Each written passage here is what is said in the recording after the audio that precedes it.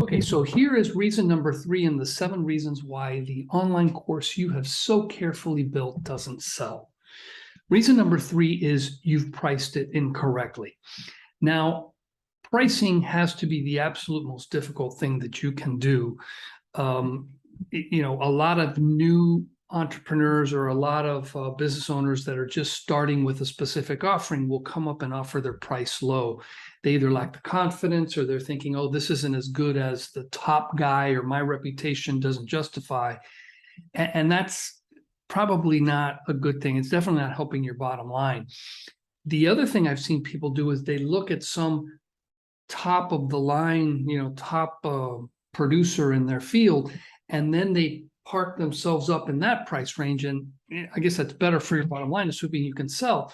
But that assumes that that person just, boom, went out and started with that price. And that's not the case.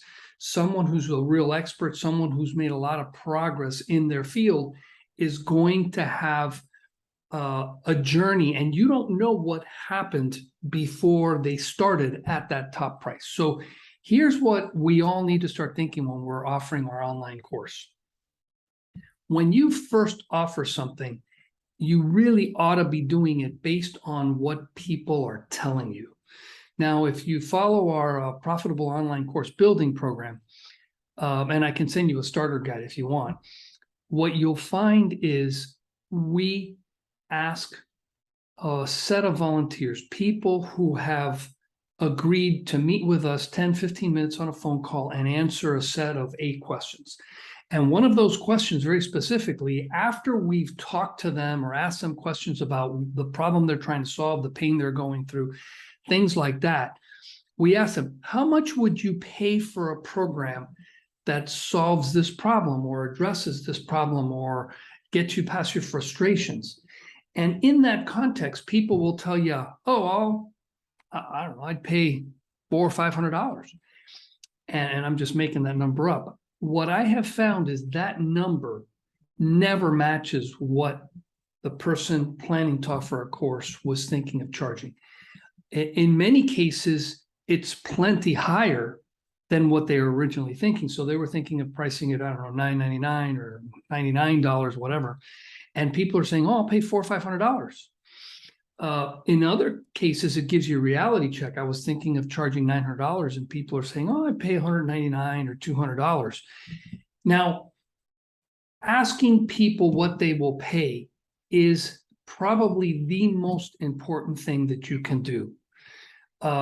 Because we're making assumptions. We're the expert, and keep in mind, I repeat this over and over again to people. We are subject matter experts. We are contaminated, and it's very difficult for us to see what we offer, the problem that our program solves, the way that people that would buy it see it, which makes it even more difficult for us to give the right price. I went through an exercise years ago. I put myself through some Sandler training. It's a really good organization for learning how to sell. And they asked everybody in the classroom, how much would you pay for a bicycle? How much would you pay for a cigar? How much would you pay for an outing at a nice restaurant? And a couple more things. And it was such an eye-opener because, for example, I would pay $20, $30 for a good cigar because I've smoked cigars in the past. And there was one lady that said, I wouldn't pay more than 50 cents because I don't care for them. When they asked people how much would they pay for a night's outing at a restaurant, some people said $50. Other people said $200. Same with a bicycle. Another item was a woman's purse. And I was thinking, going, gee, I wish I would only pay $50 for my wife's purses. But some ladies will pay a good amount of money, and we're talking into the thousands for a purse. So price is so subjective. And whether you're selling purses, bicycles, cigars, or you're selling an online course, you have to put yourself in the shoes of your buyer.